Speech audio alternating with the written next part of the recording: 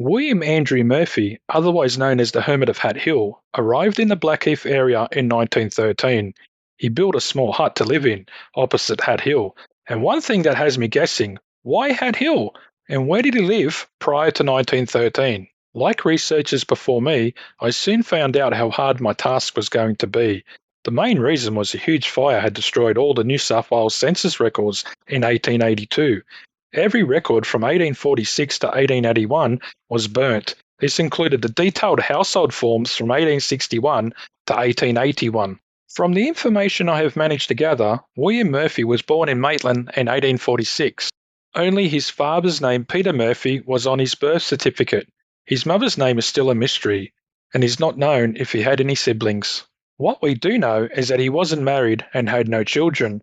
Any information about him after his date of birth I've been unable to find, but I think I found him living in the Kempsey region. Two census records show a W. Murphy first living at 116 Smith Street in 1891 and then in number 67 in 1901. Why do I think this is our Mr. Murphy? I spent weeks going through census records. W. Murphy was quite a common name during this time, and every W. Murphy was living with other males and females within the household, meaning father, mother, and their children. But one stood out. The W. Murphy that I found in Kempsey was living alone. This trait, to be able to live alone and enjoy your own company, is etched into people like William Murphy from day one. I've seen this for myself during my working life and work with a few individuals that have lived alone for decades after leaving home to live by themselves. I don't have 100% proof that this is our William Murphy. It's just a theory of mine. Hopefully, I come across some more information in the future that gives me that answer. William Murphy lived alone in a hut from 1913 to 1926, and the first official document we have is the 1913 census, where he's listed as William Andrew Murphy, Blackheath, labourer. It's not until 1918 he pops up again in an article that was published on the 6th of August in the Sydney Morning Herald and also the Blue Mountain Echo on the 9th of August, and it reads, Blackheath brooms. Another development in mountain industry is announced.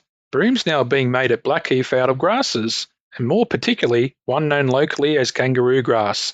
The brooms are manufactured under the most primitive conditions, the machine for binding them together being homemade, and it is contended by the maker that with proper machinery a much better and more durable article could be manufactured. The maker of these brooms collects the stiff, spiky grass that grows in abundance on the mountainside, and in his hut turns it into the finished article.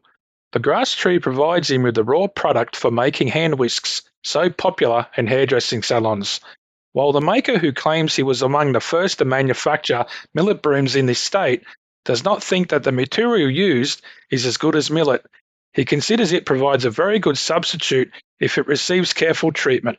During the summer of 1918-1919, bushfires ravaged the Blue Mountains, and the Blackheath and Hat Hill area were in its path. An article from the Blue Mountains Echo on the 27th of January 1919 reads, with the heading Bushfires, Blackheath in imminent danger of destruction.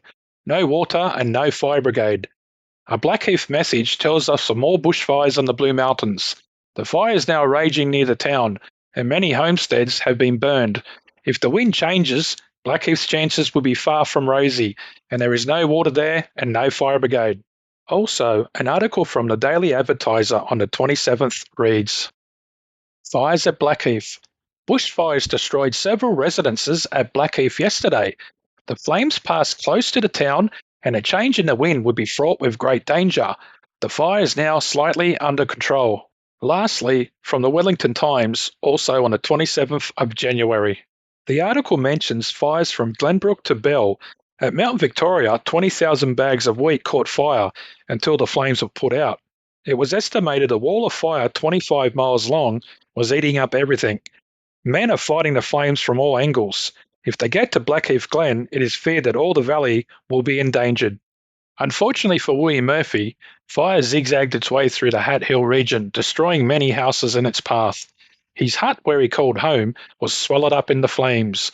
Once the fire had dissipated, locals arrived to see if Mr. Murphy had survived. His hut was a smouldering pile of ash. The bush rocks he used to make the wall were still glowing red. He was nowhere to be seen. He was eventually found alive, cowering in the water. from a nearby creek that he used to bathe in. He eventually rebuilt his hut and was even given a horse by caring locals as a way of transport, but it escaped. During Sunday afternoons, a tourist coach would arrive, and the tourists would sit down quietly while Mr. Murphy fed the local wallabies, possums, and all sorts of birds would flock around him for a feed. Some birds he even fed by hand, and it was said he had a calming nature, so the animals had no fear of him. During 1926, Mr. Murphy left Hat Hill and his hut for the last time. It is unsure how he left or who with, but he was taken in by Mrs. Drain of West Cogra. I'm not sure how she knew him. One last interesting article about the Hermit of Hat Hill was from the Bulletin on the 11th of August 1927, and it reads, "Speaking of mystery men, let me introduce the Hermit of Hat Hill. He lives alone in a homemade stone and mud shack near the foot of the hill of that name, some miles from Blackheath, New South Wales. He is an interesting conversationalist with a fund of information on doings in the Indian Army 50 years ago.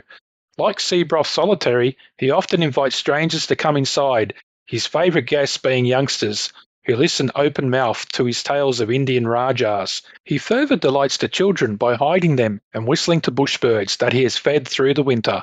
These come and perch on his shoulder and take crumbs from his hand.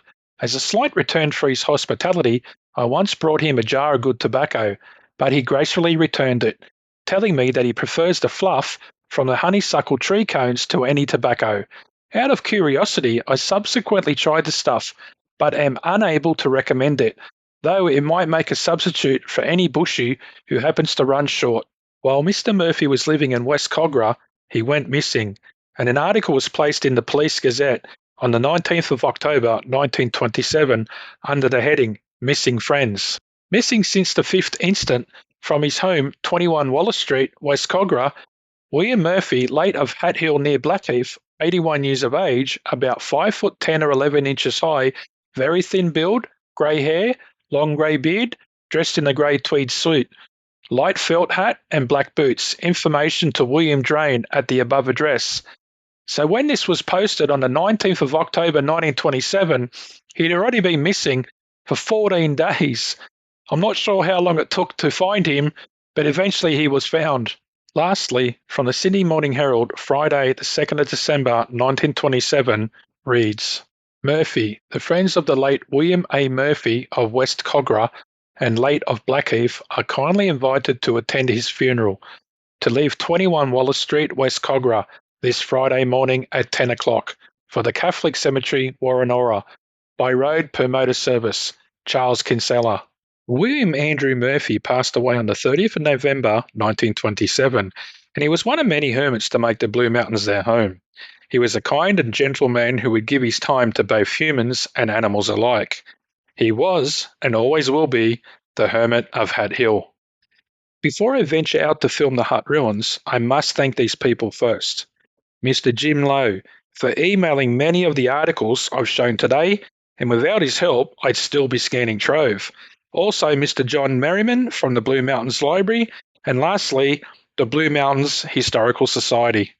I've made my way up to the car park here at Hat Hill, and there's this little trail I've been told that leads off, and it should take me to where William Murphy had his little hut. So I'm going to go along here first, and then the trail leads that way, but I've been told it leads back towards Blackheath. So hopefully it's in this area around here. I'm hoping the hut's really close. I've been told it's not too far away from the car park at the Hat Hill car park. Oh, look, there's a sign. Wow. So this is it. Look, you can see the bits of sandstone rock, or bush rock, lined up here, and some of the corrugated iron roof that he had. Wow. And the sign here says William Andrew Murphy, 1846 to 1927, the Hermit of Hat Hill, lived here between 1913 and 1926.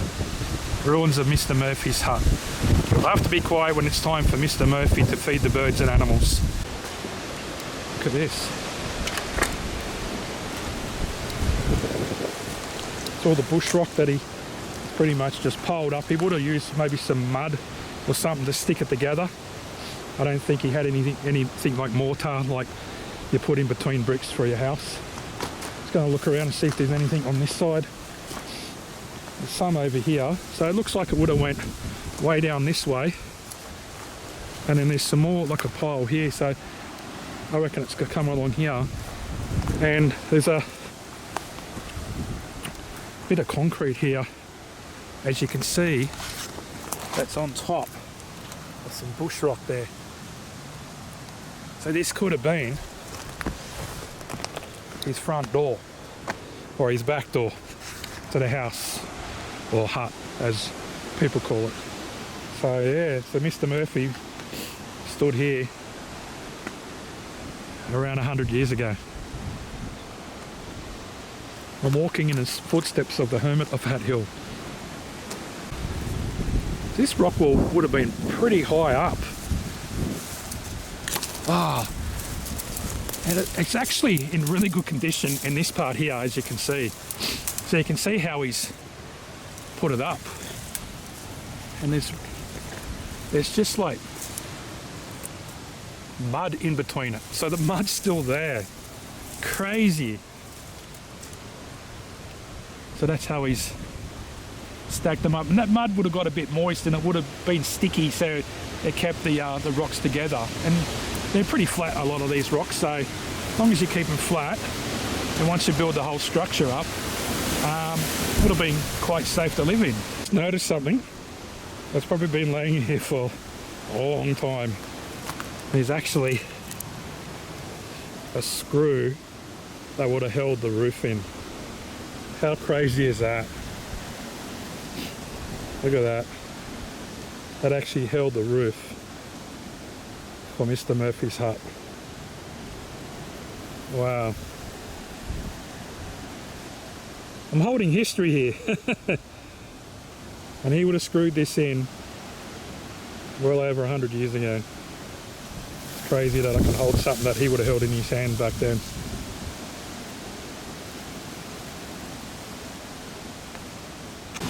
I'll put that back and leave it here. I'm not taking anything away. Look at Mr. Murphy's view he would have had every day. Look at that. Bit cold, but what a great view.